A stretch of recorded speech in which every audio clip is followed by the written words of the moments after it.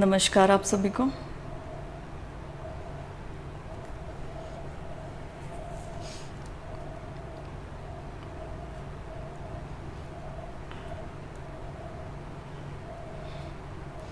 आज का सेशन बहुत ही महत्वपूर्ण है क्योंकि इसमें बहुत सनसनीखेज खुलासे होने वाले हैं। नमस्कार जगदीप सिंह जाखड़ जी। नमस्ते तरुण यादव जी। नमस्कार दलबीर सिंह मोर जी।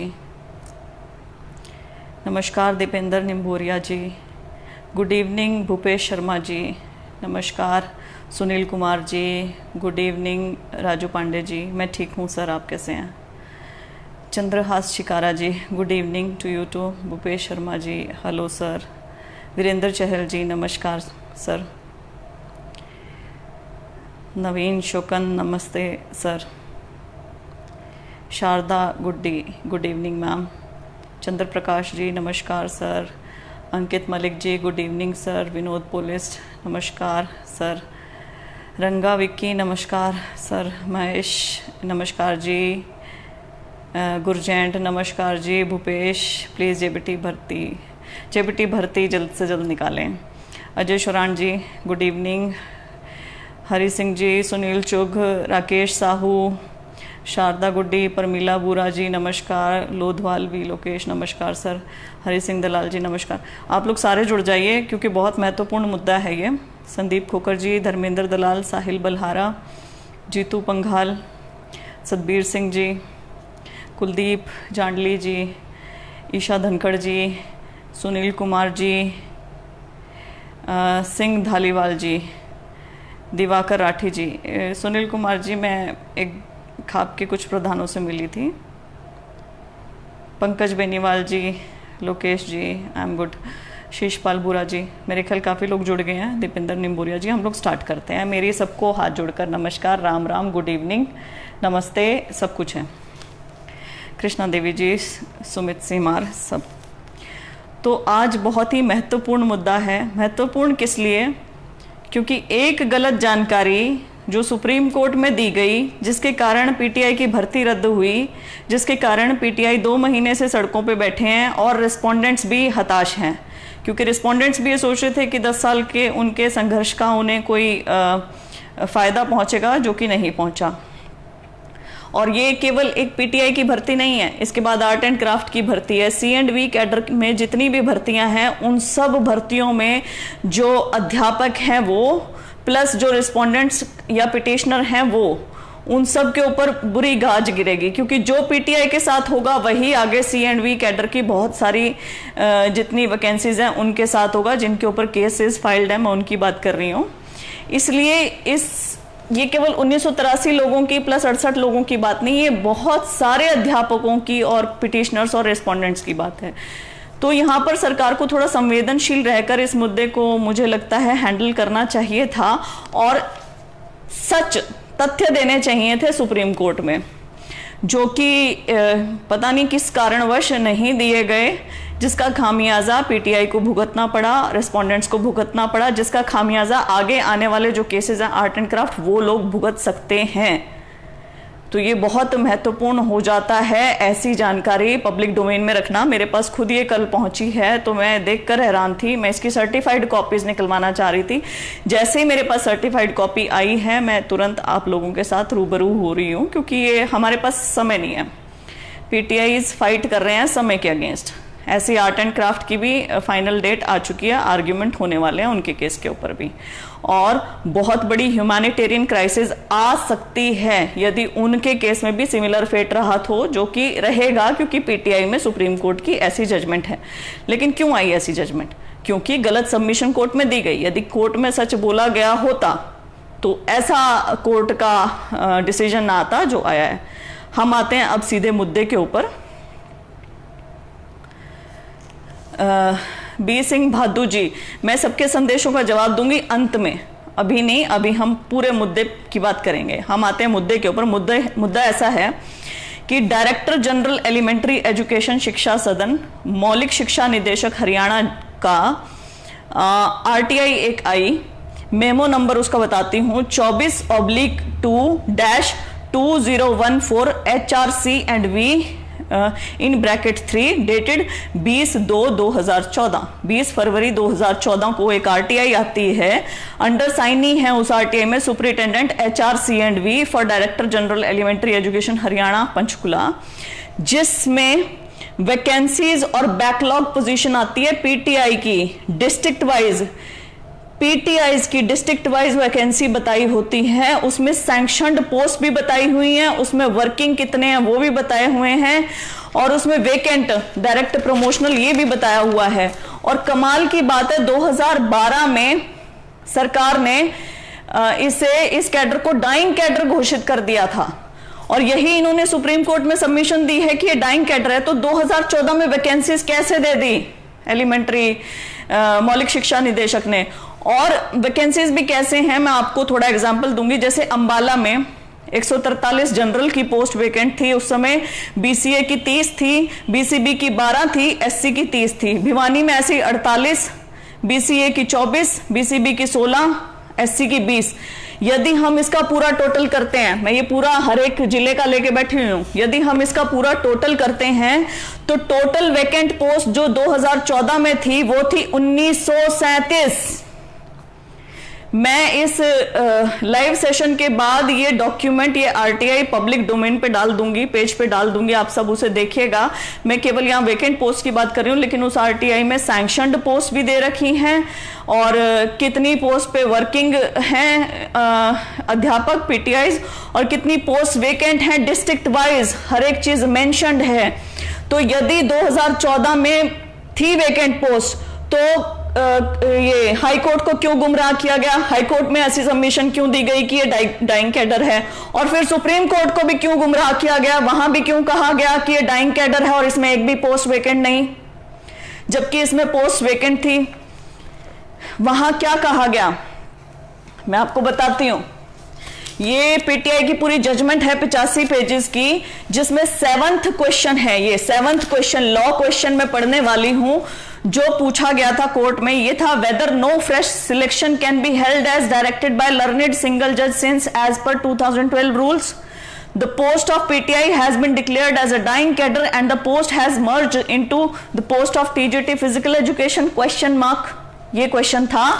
और ये पॉइंट नंबर 7 का जवाब दिया हुआ है फिर कोर्ट ने। और जवाब क्यों दिया है ऐसा, क्योंकि कोर्ट में सबमिशन दी गई सरकार द्वारा, कमीशन द्वारा, कि कोई पोस्ट वेकेंट नहीं है। और सबमिशन देखिए 2012 में दे रहे हैं, 2014 में 1937 पोस्ट वेकेंट भी बता रहे हैं आरटीआई में। सुनिए ये क्या कहते हैं, द लर्नेड सिंगल जज in the impugned judgment while allowing the writ petition issued following directions. कौन सी थी ये, learned counsel appearing for the commission and for the learning council appearing for the commission and for the state of Haryana submitted that no fresh selection can be conducted on the post of PTI in view of the statutory rules, namely Haryana School Education State Cadre Services Rules 2012.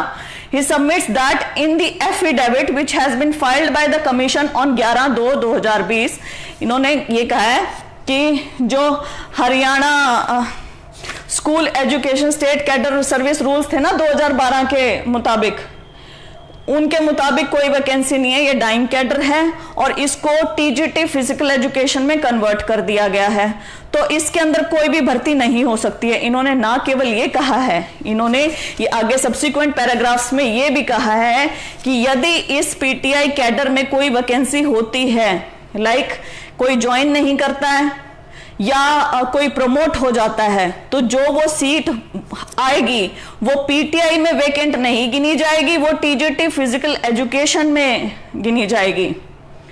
मतलब इसमें कोई भी रिक्त पद है ही नहीं, और यदि कोई रिक्त पद किसी भी कारण से होता है, प्रमोशन से होता है या कोई छोड़ के चला जाता है या कोई उसको ज्वाइन नहीं करता है, तो वो रिक्त पद पीटीआई में नहीं काउंट होगा, वो रिक्त पद टीजीटी फिजिकल एजुकेशन में काउंट होगा। तो यदि ऐसी ही बात थी कि वो टीजीटी फिजिकल एजुकेशन में काउंट होगा, तो 2014 की आरटीआई में मौलिक शिक्षा निदेशक ने कैसे कह दिया कि 1937 पद रिक्त हैं। और आप यहां कमाल की बात देखिए, ध्यान से सुनिएगा, मौलिक शिक्षा निदेशक हरियाणा ने सभी जिला मौलिक शिक्षा निदेशकों को यह पत्र लिखा था। पत्र यादी क्रमांक 22/34-2012 HRC एंड V ब्रैकेट में 3। तो क्या किसी भी जिला मौलिक शिक्षा निदेशक को नहीं पता था कि 2012 में ये नए रूल आ चुके हैं और ये डाइंग कैडर हो चुका है? उस पत्र में क्या लिखा था ये बताती हूं मैं। एक परफॉर्मा दिया गया था कि ये जिले हैं, इसमें इस परफॉर्मा में आपको ऐसे देना है कि कितने वर्किंग है, सैंक्शनड है, कितने वर्किंग है और कितनी वेकेंट है जो पोस्ट भरी जाएंगी, राइट। उसमें that to know position of post of C&V teachers. उसमें था, नीचे जो निर्देश दिए गए थे वो निर्देश मैं पढ़ना चाहूंगी, आप ध्यान से सुनिएगा। अतः आपको पुनः निर्देश दिए जाते हैं कि रोस्टर रजिस्टर पूर्ण करके संबंधित डीलिंग रोस्टर रजिस्टर सहित निदेशालय में दिनांक 1/10/2012 को व्यक्तिगत रूप से उपस्थित हो। इस मामले में यदि कोई कोताही बरती जाती है तो संबंधित कर्मचारी के विरुद्ध नियम 7 के अंतर्गत कार्यवाही की जाएगी। आप ये देखिए कि इतने जिलों के शिक्षा निदेशकों को नहीं पता था, मौलिक शिक्षा निदेशकों को, एलिमेंट्री एजुकेशन के डायरेक्टर को नहीं पता था कि ये 2012 में सर्विस रूल्स बन चुके हैं। अब 2014 में इतनी वैकेंसीज बता रहे हो। चलिए, ये भी हम सोचते हैं कि शायद कुछ गलती रह गई हो या कुछ हो गया हो, पर हम 1% भी चांस नहीं देना चाहते गवर्नमेंट को। अब मैं दूसरी आपको चीज बोलती हूं। 8 फरवरी 2018 को गवर्नमेंट एडेड स्कूल से कुछ टीचर्स लिए गए गवर्नमेंट स्कूल्स में, और किस में लिए गए? PTI में, आर्ट एंड क्राफ्ट में। जब आपके पास वैकेंसी नहीं, जब आपने कहा कि कोई भी पद यदि रिक्त हो जाएगा किसी भी कारणवश, आप सुप्रीम कोर्ट में दे रहे हैं ये एफिडेविट, कोई छोटी मोटी बात नहीं है। आपने कहा कोई भी पद रिक्त हो जाएगा, आपके रूल्स में लिखा है, तो आप उस पद को वहीं क्वैश कर देंगे, उसको TGT में गिनेंगे। तो आपने गवर्नमेंट एडेड स्कूल से गवर्नमेंट स्कूल्स में कैसे अध्यापक ले लिए PTI में, और किस किस में लिए? Hindi teacher, Sanskrit teacher, Punjabi teacher, Urdu teacher, cutting and tailoring teacher, drawing teacher, PTIs, सारे C&V कैडर के पोस्ट हैं। आपने C&V के अंदर लिए हैं, आपने गवर्नमेंट एडेड स्कूल से अध्यापक गवर्नमेंट में ले लिए।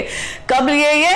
8 फरवरी 2018 को ये लेटर इशू हुआ director secondary education Haryana Panchkula से to all district elementary education officers Haryana.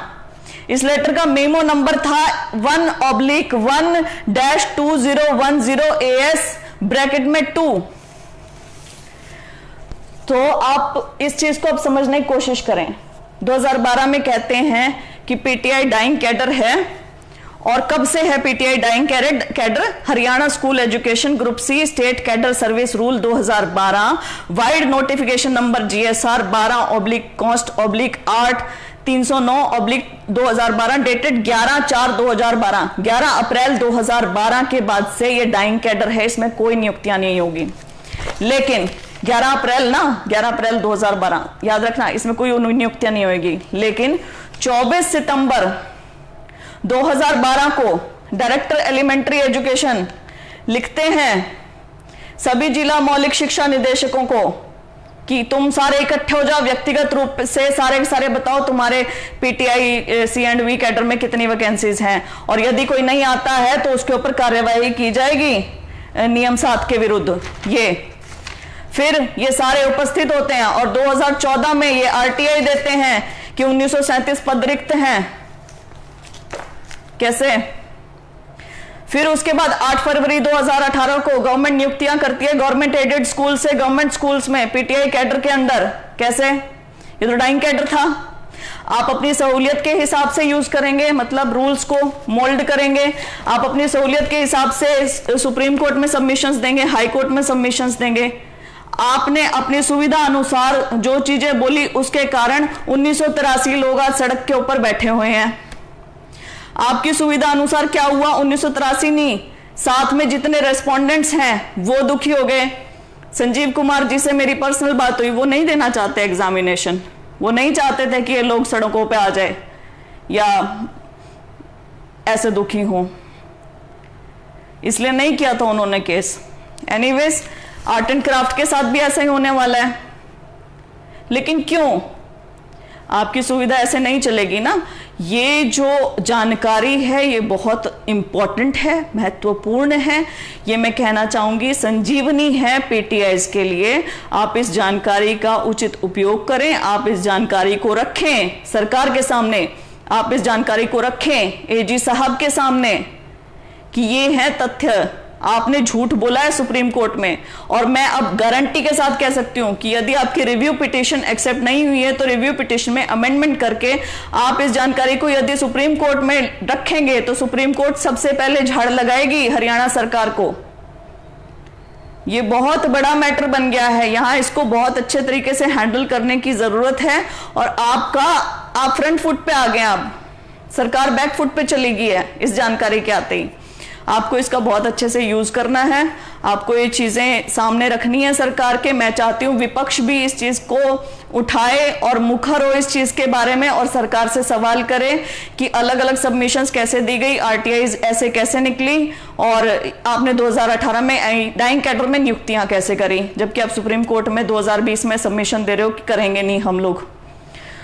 दूसरी चीज, मैं मीडिया चैनल से चाहूंगी कि वो इस चीज को यदि सुन रहे हैं तो इस जानकारी को लें और पूछें सवाल सरकार से कि ऐसा क्यों किया गया। और मैं सच में दिल से चाहती हूं कि किसी का भी रोजगार ना 10 साल बाद खत्म ना हो, क्योंकि ये चीज केवल पीटीआई तक सीमित नहीं है। इसके बाद और भी C&V कैडर की वैकेंसीज हैं और बहुत ज्यादा बड़ी ह्यूमैनिटेरियन क्राइसिस आ सकती है यदि ये इस लेवल पे हैंडल नहीं किया गया तो। ये मुझे कहना था, ये टोटल जो मैं बोलना चाहती थी आज, इम्पोर्टेंट महत्वपूर्ण सूचना देना चाहती थी वो यही है। और मैं अब इस लाइव सेशन के बाद ये सारे तथ्य सामने भी रख दूंगी, अपने पेज पे अभी पोस्ट कर दूंगी। मैं आपको जी धन्यवाद वीरेंद्र जाखड़ जी। मैं आपको यही कहना चाहती हूँ कि आप इन तथ्यों का यूज़ करें और ये जाके रखें, अपनी बात बड़े विनम्रता से रखें। आज जो जींद में हुआ बहुत दुखद था, मुझे थोड़ी देर पहले पता चला, मुझे आई फेल्ट वेरी डिस्गस्ट। मतलब वो नहीं होना चाहिए था। अध्यापकों के ऊपर लाठीचार्ज क्यों, महिलाओं के साथ ऐसा सलूक क्यों? तो मैं आप लोगों से भी कहूँगी कि आप लोग भी शांत रहिए और सभ्य रहिए, और सरकार से भी अनुरोध करना चाहूँगी कि ये भी अध्यापक हैं, अपने अधिकारों के लिए सड़कों के ऊपर बैठे हुए हैं, तो आप लोग भी उनको उसी तरीके से ट्रीट करें, विनम्रता से। किसी का कोई सवाल है तो मैं अभी यहाँ पे लेती हूँ, किसी को कोई भी हल्की सी भी कोई दिक्कत है तो। जी धालीवाल जी, मैं ये डॉक्यूमेंट इस पेज पे डालूंगी अभी थोड़ी देर में। Thank you Ajay ji.